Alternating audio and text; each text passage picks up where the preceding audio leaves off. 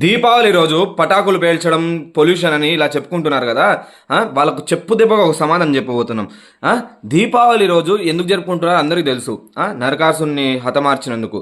ఇవన్నీ పక్కన పెడితే, రాముల వారు అయోధ్యకు తిరిగి వచ్చినందుకు ఇవన్నీ పక్కన పెడితే, దీని ద్వారా ఒక మంచి ఉపయోగం కూడా మా పూర్వీకులు లేకుండా ఏవి చేయరు మా హిందూ ధర్మంలో. ఏంటంటే, పూర్వము ఇప్పుడు ఉన్నట్లు మస్కిటో కాయలు దోమల బ్యాట్లు లేవు కదండి. మా వాళ్ళు అప్పట్లో ఏం చేసేవారంటే, వానాకాలంలో గుడ్లు పెట్టుకుంటాయి. అప్పట్లో చెరువులు చెట్లు ఎక్కువ, ఈ చుట్టుపక్కల ఆ చెట్లు ఉండడం వల్ల దోమలు ఎక్కువ ప్రబలించేవి. ఇప్పుడు ఉన్న రోగాలకు మందులు ఉన్నాయి, అప్పుడు అంతగా లేవు, ఆయుర్వేదమే. కాబట్టి వీళ్ళు ఏం చేసేవాళ్ళంటే, ఈ వానాకాలంలో దోమలు పెట్టుకున్న గుడ్లు కార్తీక మాసం మొదట్లో, చలికాలం మొదట్లో ప్రబలించి దోమలుగా మారేవి. స్టార్టింగ్ స్టేజ్లోనే ఈ దీపాలు పెట్టి ఈ పటాకులు పేల్చడం వల్ల, అంటే పటాకులు అంటే ఇప్పుడున్న స్టైల్లో ఉండేవి కాదు, రాజుల కాలంలో కూడా ఉండేవి బాంబులు. మీకు తెలిస్తే నేర్చుకోండి. అప్పుడు ప్రకారం అప్పుడు ఉండేవి ఆ స్టైల్లో బాంబు.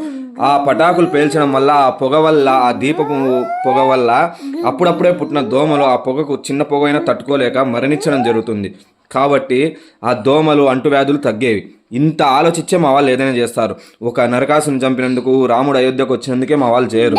వాటిని సెలబ్రేట్ చేసుకుంటూ ఎప్పుడు ఏది దేనికి ఉపయోగపడుతుంది, వాటిని కూడా ఏ విధంగా ఉపయోగించుకోవాలి అనేదే సనాతన ధర్మం.